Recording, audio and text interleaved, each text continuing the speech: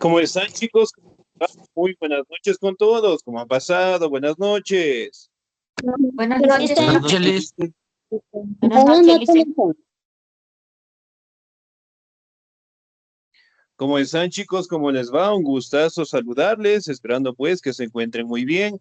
No se olvidará, por favor, revisar la plataforma, revisar las actividades. De igual manera, no se olvide, por favor, en ese caso, de presentar toda la documentación, ¿no? Si nos hace falta actas, certificados, fotografías, obviamente, pues tratar de entregarlo lo más pronto posible. Recuerden que la documentación es sumamente importante, ¿no? De igual manera, no se olvide, por favor, tratar de estar al día en las pensiones correspondientes, ¿no? Especialmente a las personas que nuestra querida rectora, la profe Lolita, les ayudó. O sea, hay que estar muy pendiente y obviamente para que no tengan contratiempos al finalizar el año lectivo, ¿sí? Bien, chicos, vamos a seguir avanzando en nuestro contenido. Y el siguiente tema que nosotros vamos a revisar es acerca de las construcciones megalíticas, ¿no? Prácticamente eran construcciones hechas de piedra, ¿sí? Y que obviamente eran colocadas en diferentes posiciones, ¿no? Obviamente, algunos científicos atribuyen que el colocar esa forma de piedras prácticamente lo hacían con fines religiosos, ¿no? Sin embargo, pues el misterio radica en cómo directamente los seres humanos lograron colocar piedras, en este caso, que pesaban pues toneladas, ¿no? Además de esto, estas piedras prácticamente eran movidas de 2 a 3 kilómetros de la cantera, es decir, del sitio de donde directamente sacaban las piedras y ahí tenían que recorrer 2, 3 kilómetros y colocarlas en esa posición, ¿no?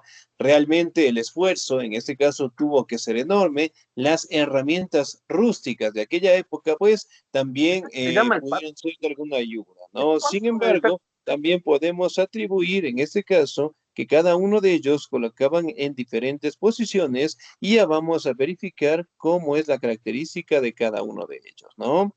Muy bien, construcciones megalíticas. ¿Me ayuda, por favor, el señor o la señorita? Muy bien. ¿Me ayuda, por favor, la señorita Luz Dolores, por favor? Buenas noches, Lice. Muy buenas noches. Construcciones megalíticas. En, en Europa se han encontrado muchas construcciones realizadas con grandes bloques de piedra que reciben el nombre de construcciones megalíticas. Se empezaron a levantar a finales del quinto milenio AC en sociedades neolíticas, especialmente de la zona atlántica, aunque se siguieron construyendo hasta el segundo milenio AC en plena edad de bronce. Muy bien, señorita Díez, muchísimas gracias. Antes de que... Muy bien. Ahora, si bien es cierto, podemos establecer, ¿no? Que estas construcciones megalíticas, obviamente con su nombre, establecen la creación de grandes monumentos de piedra, ¿no? Pero no solamente eran monumentos de 1 o 2 metros. El mayor de los monumentos prácticamente estaba entre 20 y 30 metros de altura. Es decir, eran piedras sumamente grandes, sumamente pesadas, ¿no? Si hacemos una comparación, nosotros con el tanque del gas, ¿hasta dónde podemos avanzar sin cansarnos tan rápido? Es decir, en un solo viaje. ¿Será que avanzamos 1 kilómetro? No, Sí, no, tal vez. no, Ya la situación podría ser un poquito complicada, ¿no? El estudio físico. la condición física también, ¿no? Muy bien. Pero en comparación, es decir, ¿no? Con el tanque del gas, nosotros podemos ir máximo, como máximo, tal vez 1 kilómetro por el esfuerzo que podemos realizar, ¿no? Sin embargo, la situación de ellos era sumamente diferente. Ellos tenían que llevar piedras que pesaban toneladas y obviamente pues trasladarlas de un sitio al otro, ¿no? Prácticamente se establece que en la mayoría de los territorios de Europa, ¿sí? Se lograron encontrar estas grandes construcciones megalíticas, ¿no? Miren, aquí tenemos la imagen de una piedra sumamente grande, sumamente amplia. Acá abajo, de igual manera, tenemos algunas colocadas en una posición vertical, ¿no?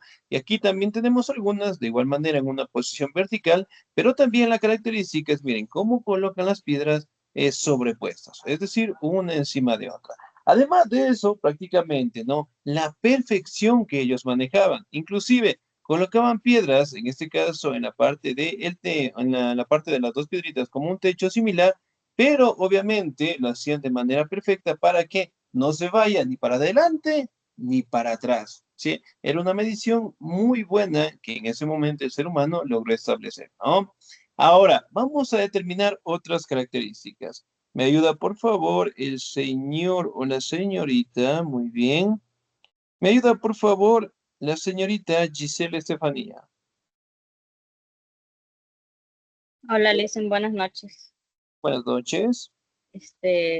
Construcciones megalíticas. Estas construcciones necesitaron el esfuerzo colectivo de una comunidad y una considerable habilidad técnica, pues mover bloques que podrían pesar más de 400 kilogramos no era tarea fácil. Las herramientas que utilizaba eran palas de huesos de animales, cuñas de madera o martillos y picos de piedras. Además, muchas veces las construcciones estaban lejos de la cantera, por lo que debían trasladar los bloques de piedra sobre troncos y por pendiente hasta llegar al lugar elegido. Excelente, muy bien. Entonces, miren, 10, muchísimas gracias. Ahí podemos evidenciar, ¿no? La técnica y el trabajo y el esfuerzo que realizaban los primeros seres humanos, ¿no? Además de eso, directamente llevar piedras que superaban los 400 kilogramos y obviamente en su momento también llevar piedras que pesaban toneladas, ¿no? Entonces, no era una tarea fácil con las herramientas que ellos tenían. Obviamente, inclusive con las herramientas tecnológicas que nosotros podamos tener en este momento, la situación también sería bastante complicada, ¿no? Para aquellos años prácticamente las herramientas que utilizaban eran huesos de animales, cuñas de madera, martillos y sobre todo pues el esfuerzo de cada uno de los seres humanos, ¿no? Miren, a simple vista aquí, ¿cuántas piedras están colocadas?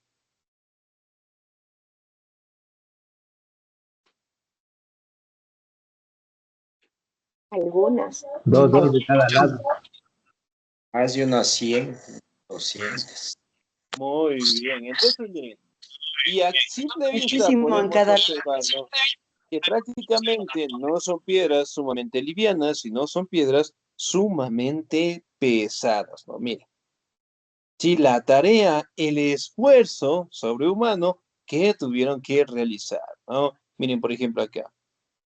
1, 2, 3, 4, 5, 6, 7, 8, 9, 10. Acá a simple vista podemos observar que existen 10 más, pero miren, ¿sí? En estas posiciones, ¿no?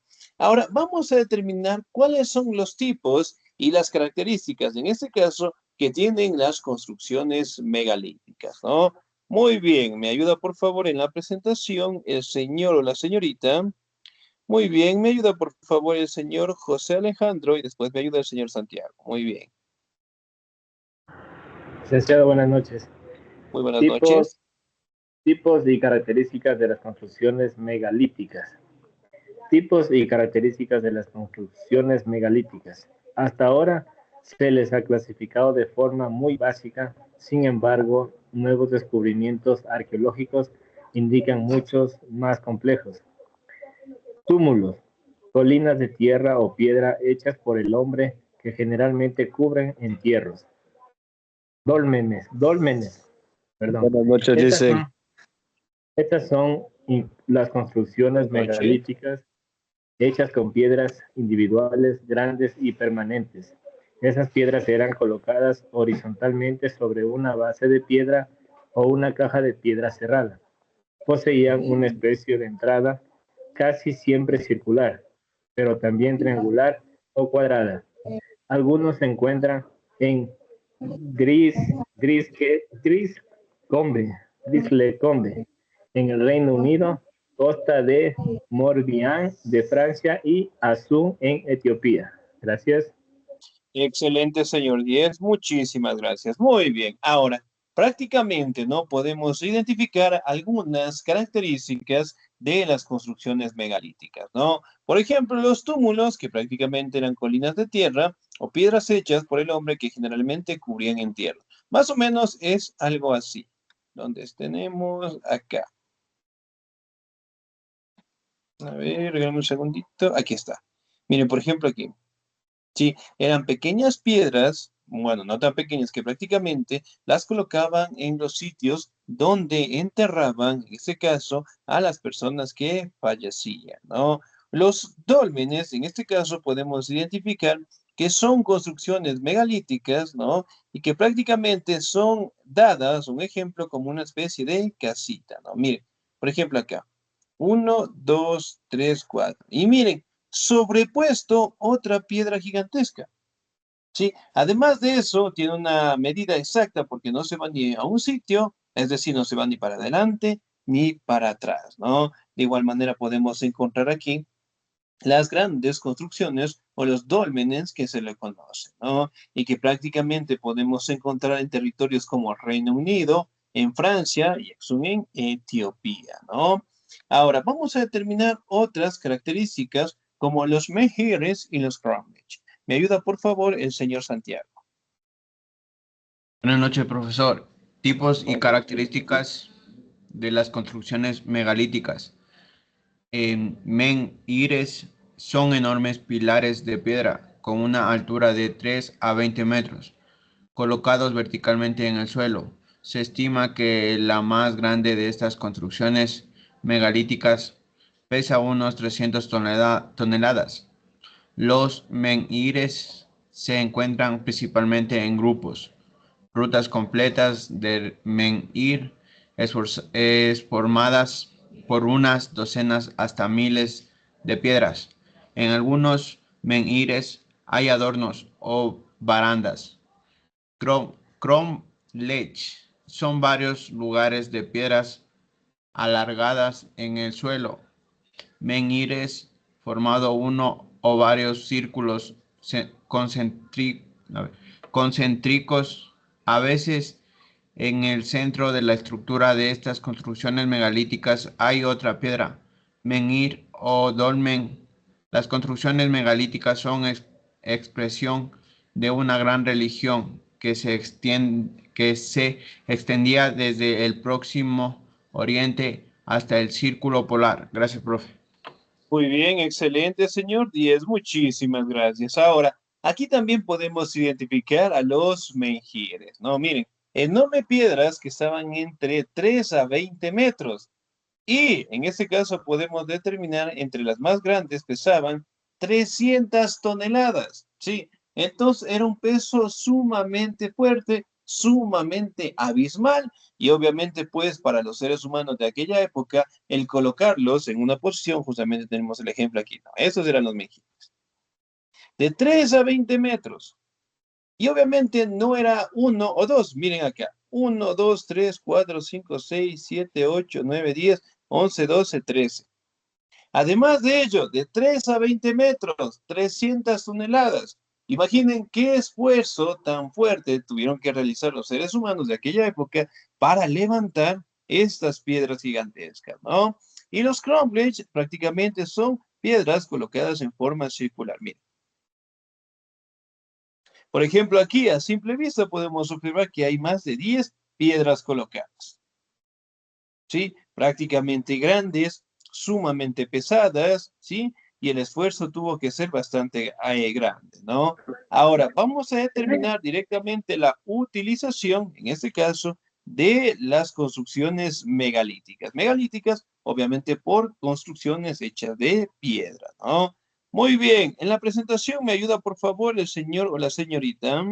Me ayuda por favor la señorita Albania Leomar. ¿Estamos ahí?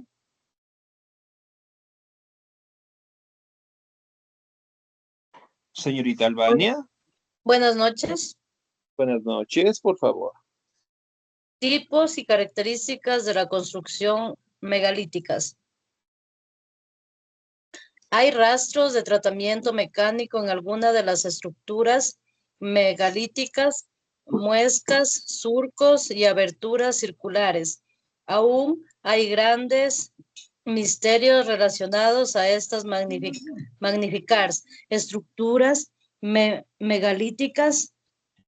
Por ejemplo, no se ha establecido de forma concluyente cómo y por qué se construyeron. Tampoco se sabe qué tipo de instrumentos se utilizaron, ni quién las ideó y construyó.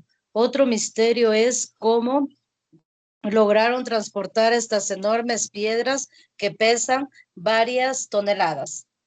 Muy bien, señorita Díez, muchísimas gracias. Entonces, miren, el esfuerzo que prácticamente tuvieron que realizar los seres humanos eran sumamente difíciles, ¿no? Y por ende, pues, el misterio radica hasta el día de hoy en saber qué herramientas utilizaron, cómo fue que colocaron y directamente las herramientas y las técnicas que utilizaron, ¿no? Miren, por ejemplo, acá, en la imagen que tenemos aquí, podemos observar, miren, una, dos, tres, cuatro piedras, ¿sí? Además de eso, una piedra gigantesca colocada en la parte del techo. De igual manera acá, miren. A simple vista, estas piedras superan tranquilamente los 5 metros. Una, dos, tres, cuatro, cinco y colocadas así. ¿Sí? Y no solamente eran pequeños grupos, sino también eran sitios sumamente complicados, sumamente difíciles, ¿no? Ahora, algunos investigadores destacan directamente que esta construcción directamente podía establecer lo que es un contacto con sus dioses divinos, ¿no? Y obviamente, pues, los rendían lo que son tributos. Me ayuda en esta presentación el señor o la señorita. Muy bien. ¿Me ayuda, por favor, la señorita Angie Maite? ¿Estamos ahí? Buenas noches. Buenas noches, por favor. Moradas para los dioses.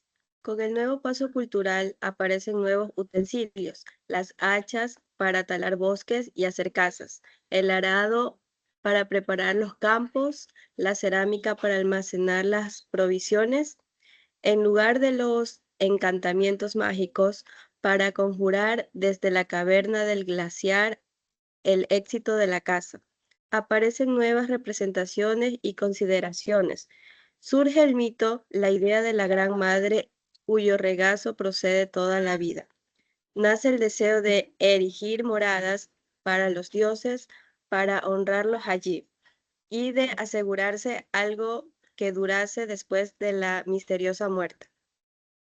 Muy bien, excelente, señorita Díez. Muchísimas gracias. Aquí también podemos establecer, ¿no? Que realizaron lo que son esas construcciones en forma de cuevas. De igual manera, pues podemos establecer que dentro de ellas fueron encontrados restos materiales, restos óseos, ¿no? De igual manera, pues se establece de que empezaron a tener lo que es una fuerte inclusión, una fuerte adaptación a la religión. Empezaron directamente a tomar como dioses a los fenómenos de la naturaleza. Además de ello, directamente establecer un sentimiento de miedo hacia la muerte como tal, ¿no? Y por ende, pues, las primeras formas de enterrar a los seres humanos prácticamente lo hacían en una posición fetal, ¿no?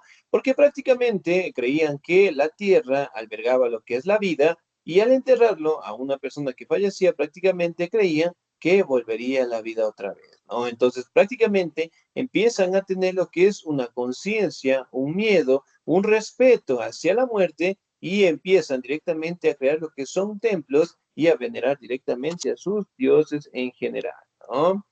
Ahora, vamos a revisar el siguiente tema. Como ustedes saben, prácticamente después de las construcciones megalíticas, ¿sí? Eventualmente lograron establecerse grandes características y una de ellas fue la domesticación de plantas y animales, ¿no?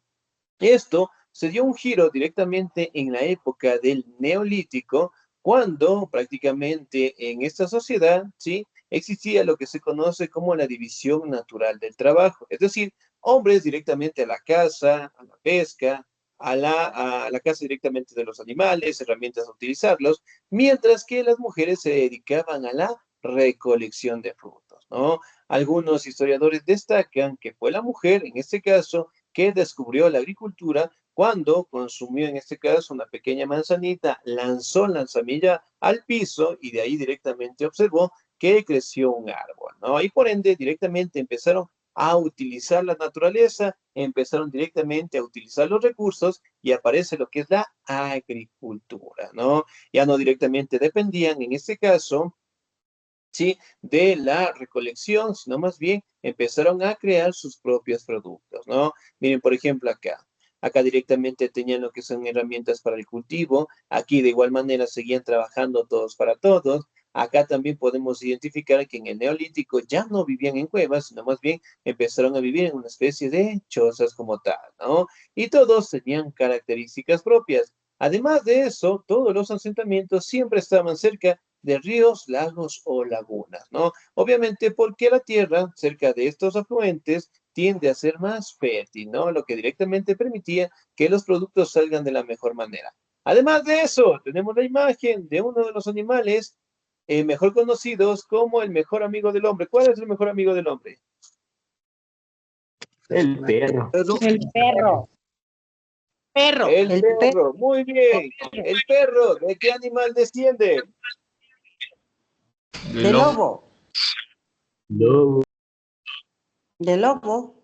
Muy bien, del lobo, ¿no? Comparten directamente, pues, el ancestro común de un lobo y se establece que el perro como tal que nosotros conocemos apareció, pues, en Mongolia, ¿no? Directamente podemos evidenciar que hasta el día de hoy se cataloga como un animal doméstico que prácticamente siempre acompaña al ser humano, ¿no? Además de eso, también aparece lo que es la ganadería, ¿sí? Empiezan directamente con la ganadería, a cuidar lo que son los animales, hablando de las vaquitas, los toros, las ovejitas, las cabritas, que prácticamente sí utilizaban sus recursos, en este caso los productos para alimentarse y también crear lo que son artículos de vestimenta, ¿no? Miren. ¿Sí? Empezaron a tener una sociedad más participativa y acá también podemos identificar algunas herramientas que empezaron a utilizar los seres humanos para los trabajos, ¿no?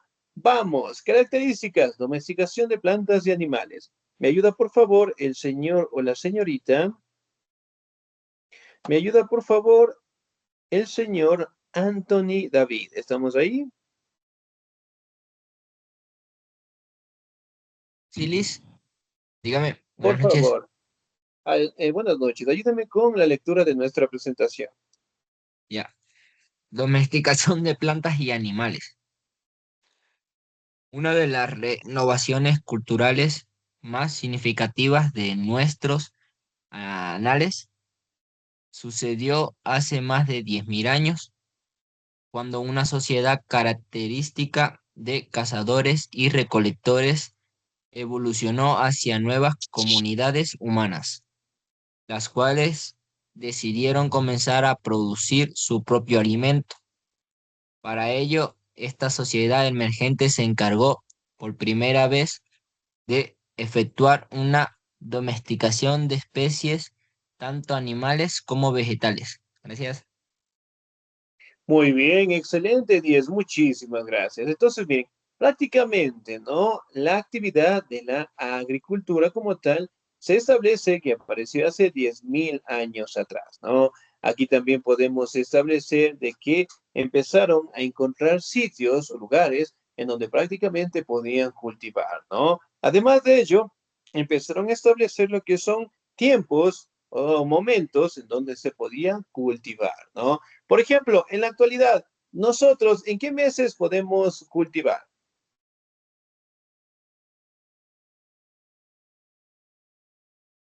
Papas. ¿En qué De- momento? Me refiero al tiempo. ¿En qué meses es o adecuado sea, cultivar?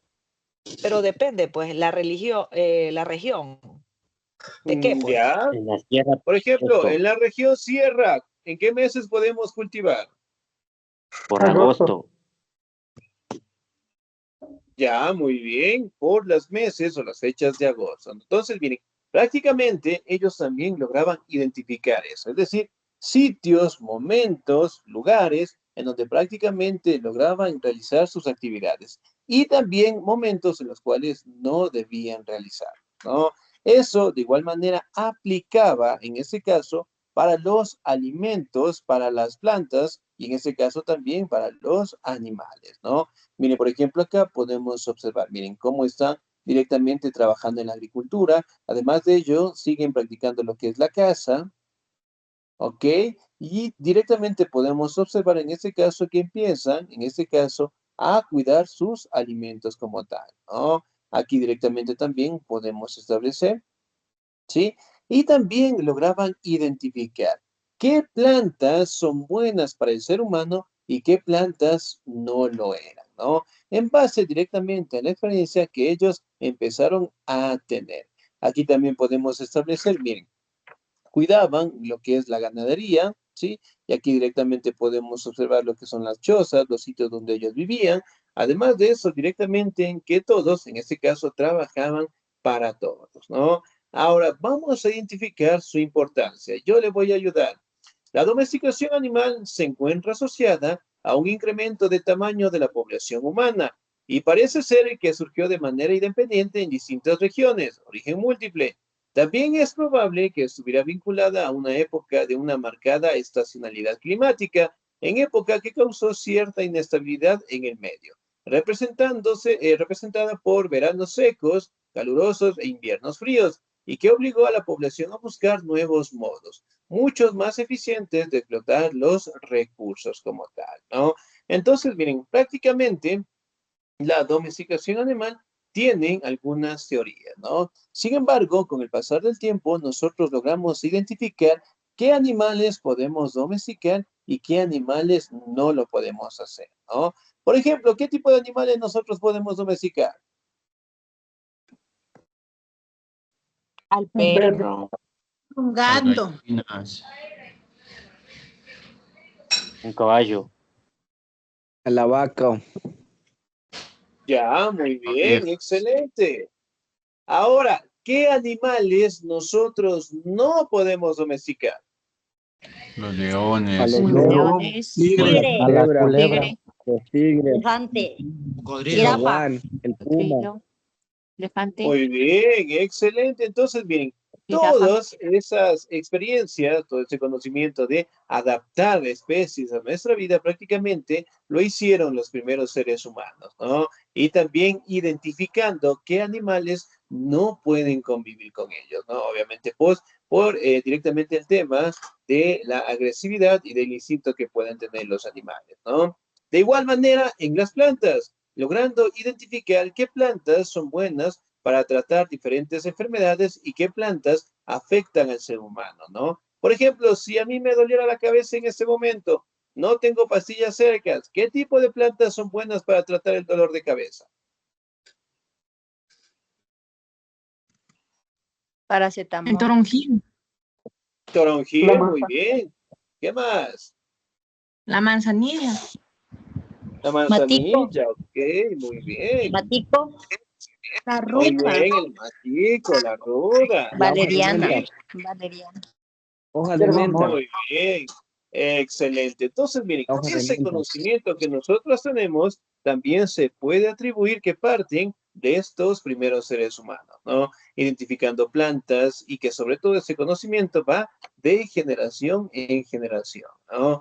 Aquí también podemos establecer que la importancia directamente de la agricultura sirvió de base para que el ser humano pueda progresar, ¿no? Y hasta el día de hoy, pues, sigue siendo una actividad muy importante. Además de ello, se establece que el producto del arroz que nosotros conocemos, o el arroz oryza sativa, prácticamente apareció hace 3.000 años atrás, en ese caso para domesticarse, ¿no? Por ejemplo, en la actualidad, nosotros, ¿cuántas veces consumimos arroz en el día? 3 Muchas veces en el personas. día. Tres veces. Desayuno, almuerzo y merienda. Muy bien. Dos. Un sequito de pollo, tal vez. Positivo. Claro, acompañada con arroz. Eso sí. Tallarín con pollo. Tallarín con pollo, un sequito de pollo, un sequito de chivo. Bueno, tantos platillos que tenemos con el arroz en general, ¿no? Entonces, miren, el tiempo, el seco de chancho, muy bien, logró en este caso implementar y mejorar estas grandes habilidades, ¿no? Recordemos que por instinto nosotros nos podemos adaptar prácticamente a cualquier medio ambiente, ¿no? Otra forma, otra característica que cambió del ser humano fue el sedentarismo, ¿sí? El sedentarismo prácticamente es asentarse en un sitio, en un lugar determinado, ¿sí? Y de ahí directamente lograr establecerse y desarrollarse, ¿no? A diferencia de aquella época, si hablamos directamente del Paleolítico, en donde la mayoría de seres humanos eran nómadas. Nómadas, es decir, que van de un sitio al otro, ¿sí? Acá directamente con la revolución de la agricultura, se lograron establecer en sitios, en lugares en donde directamente permitían realizar estas actividades y obtener lo que son los productos como tal, ¿no? Aquí también podemos establecer, en este caso, ¿no? Que otra de las características, ¿sí? Prácticamente fue el seguir desarrollando lo que son obras del arte rupestre más desarrolladas, con una pintura más clara, en donde prácticamente determinaban sus actividades, ¿no? Miren, ¿sí? Aquí también podemos establecer que la domesticación de plantas y animales tuvo un gran crecimiento en África, en América, en China, en Nueva Guinea, que prácticamente fueron sitios en donde este proceso se dio de la mejor manera, ¿no? Como ustedes saben, hasta el día de hoy nosotros podemos identificar que la agricultura, la ganadería, la domesticación de plantas, de animales, siguen siendo factores fundamentales dentro de nuestra sociedad, ¿no? Obviamente, pues, aprovechamos los recursos de la naturaleza, las transformamos, de igual manera de los animales, obtenemos recursos, obtenemos productos, en este caso, que nos permita sobrevivir, ¿no?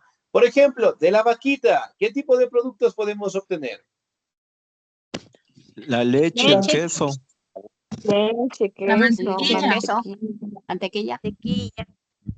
Yogur. El queso, la carne. La carne. Leche, el queso, la carne, el yogur, muy bien. Excelente. Miren, La por ejemplo, productos piel. que hasta el día de hoy seguimos utilizando, ¿no? Y que obviamente podemos obtener de otros animales. Y en casita también tenemos la oportunidad de domesticar lo que son animales que puedan vivir con nosotros, ¿no? Por ejemplo, en casa, ¿qué tipo de animalitos tenemos? El perro, el Gato, gato, perro. Conejos, Uy. patos. gallina. Perros. Muy bien, perritos, gatitos. Conejo. Los conejitos. Ok, hablamos Gato. también de Oveja. loritos. ¿Será que podemos domesticar loritos? Sí. También. Patos. Muy determinados, ¿no? Excelente, chicos. Bien, entonces, por favor, no, les iba a mandar una actividad, pero voy a dejarla para la siguiente clase porque ahí vamos a tener un tema, en este caso, muy importante, ¿no? Bien, chicos, nos quedamos hasta ahí. No se olvide, por favor, revisar la plataforma, revisar las actividades que en este caso se van a ir dando en esta semana. Sí, ya tienen una actividad en el tema directamente de ciudadanía, también de historia, para que puedan ir revisando, ¿sí?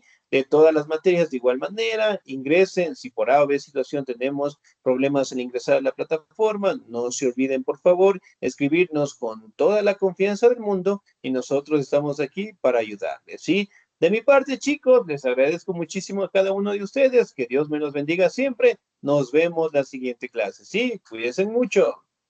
Gracias, profe. Gracias, Gracias, buenas noches. Gracias, Gracias, licenciado. Gracias, felicidades. Mañana, gracias.